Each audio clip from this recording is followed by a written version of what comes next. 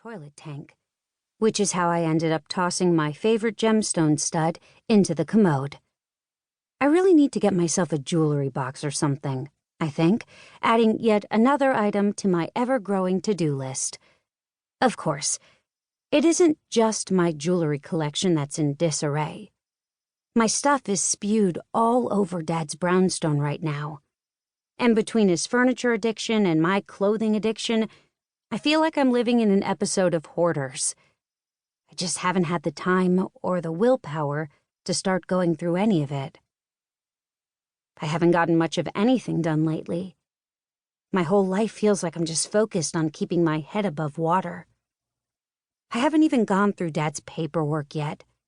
The huge envelope the lawyer gave me is still on the desk in his office, gathering dust. I finally find the matching gold and pearl earring and slip it into my earlobe. I stand back and scrutinize the effect. Well, no one will ever accuse me of being a bombshell, but I think I look pretty darn okay. I wish I knew what to expect from this event, though. All Rich had been able to tell me was that it was an anniversary party for Design Times, a design magazine that we're always trying to get more coverage in. They had this party every year to commemorate the day of their launch. It was one Dad had faithfully attended every year, and one that he'd apparently cursed about every time it came up on the calendar, which didn't leave me very optimistic about how much fun I was in for this evening. I add a slick of lipstick, a shimmery coppery red, and call it done. I make my way back to the bedroom and scramble to find the little vintage clutch I'd planned on taking with me, looking at the time on the bedside clock and cursing again as I rummage around the room. I'm staying in Dad's guest room, even though it's half the size of the master. I can't quite bring myself to sleep in his bedroom, because to me, it's still his. So instead, I keep that door closed and try not to think too much about it. I finally find the clutch under a pile of discarded dresses, and then realize I have no idea where I left my phone. Damn it! My footsteps echo through the brownstone as I hunt, throwing stuff from one pile to another and trying to keep one eye on the time. I end up finding the phone in the office, on the desk next to Dad's reading glasses. I had poured myself a glass of wine earlier with the full intention of finally going through the package from Dad's lawyer. But I'd spotted the glasses and they'd sent me into another crying jag.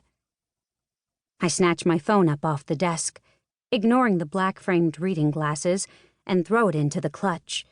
At which point, I realize I've somehow managed to misplace my lipstick in the last 5 minutes. Gah!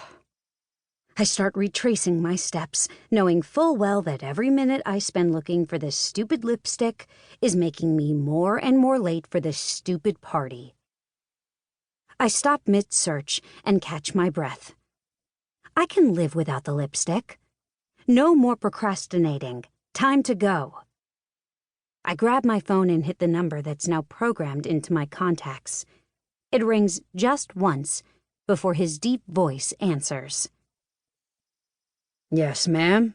Hi, Clifford, I say awkwardly. It's Bree?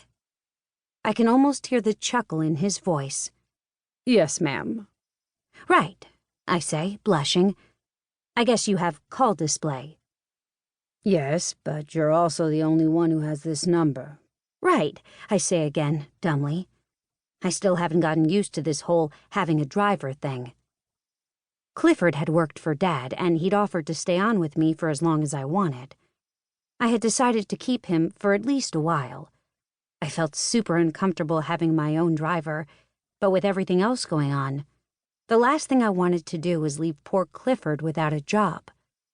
Not after he'd worked for Dad so loyally for so many years. Are you ready, ma'am? Clifford prods gently. I shake my head, trying to clear it. Yes, sorry. Could you meet me around front? Of course. 2 minutes later, I'm climbing into the back seat of the ivory-colored Lincoln town car. Clifford gently closes the door behind me before getting into the driver's seat.